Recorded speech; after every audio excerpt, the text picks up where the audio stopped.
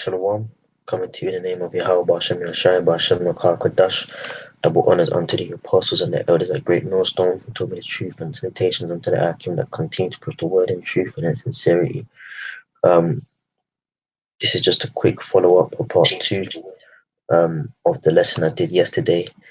I'm using the correct laptop this time, so the sound should be okay. But quickly, as the title says, the seed Gershom was an Israelite, and the Lord was with Moses' choice of wife. Okay, because yes, in the Lord that we are to marry Israelite women, but if we want to take a woman of another nation, then she should be a concubine, which is correct according to the law. Okay. However, there were certain circumstances where if there was no Israelite women around, be it not in the vicinity or they didn't exist,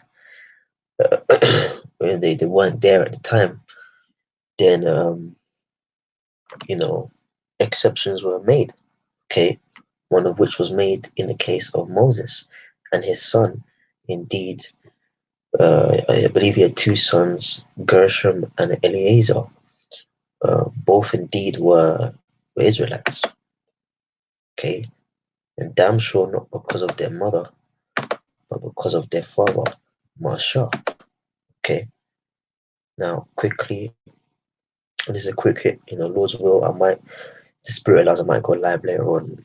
A little bit longer. So I want to make this a real quick hit. This is Exodus chapter 2, and I'll start from verse 21, and it says, "And Moses was content to dwell with the man," speaking of Jethro, "and he gave Moses Zipporah, his daughter, and she bare him a son, and he called his name Gershom," okay, which in the Hebrew I believe would be um, Gawarsham, "for he said, I have been a stranger, um, I've been a stranger in a strange land." Okay, because the word Gawarsham is what? Stranger, man. So like the word uh, Gawarium is like um a heathen, okay, a non-Israelite, all right. But you can also be a stranger. There's different types of strangers. For example, if I took a trip to Israel right now, I'm an Israelite, but I'm a stranger because it's not my place of residence.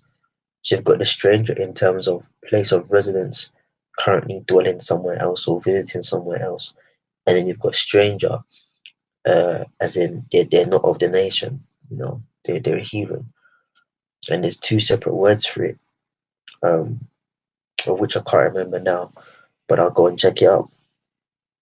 But those are the definitions for stranger, depending upon their context. Okay, so Moses was an Israelite, but he was a stranger. Okay, you know, in the land of his father-in-law. Therefore, he expressed that through the naming of his son, Gawasham or Gershom, meaning stranger. I've been a stranger in a strange land. Okay, and his wife was a what? A strange woman, meaning that she wasn't an Israelite. Okay, but there were no Israelite women around, because he fled Egypt. So, oh man, I'll call her back in a second. As I was saying, so like, forgive me about that, man. So, he named his son Gershom. Okay, but he was an Israelite, and people would say, "Oh, well, he couldn't have married her because she was an Israelite." Well, the Lord made an exception for him, okay, and the Lord was indeed with Moses' choice or decision to marry. Okay, this is Numbers 12:1, and Miriam and Aaron spake against Moses because of the Ethiopian woman whom he had married. Okay, so she would be a so-called Northern African, for he had married an Ethiopian woman. So they were talking shit about Moses' wife. Okay, And they said, have the Lord indeed spoken only by Moses, have he not spoken by us also? And the Lord had heard it. And the Lord spake suddenly unto Moses and Aaron and unto Miriam, come out ye three unto the tabernacle of the congregation. And they three came out. So the Lord was angry at um, Miriam and Aaron for speaking against the servant Moses, but also for his wife, because the Lord heard them speak against his wife, okay, and against um, the, the validity of Moses' position, okay, as the head of Israel at the time. So the Lord was angry with that, man. So the Lord indeed the Lord, didn't agree and say, oh yeah, that's wrong. The Lord, gave Moses a pass and allowed him to marry um, Cushite based upon the circumstances. So the Lord was with them, right? Because a concubine is nothing pretty. It's basically a wife, but of a slightly lower status, man. Okay, you gotta have children with your concubines. Okay, and those children will be Israelites, not because of her, but because of you. Okay, you know.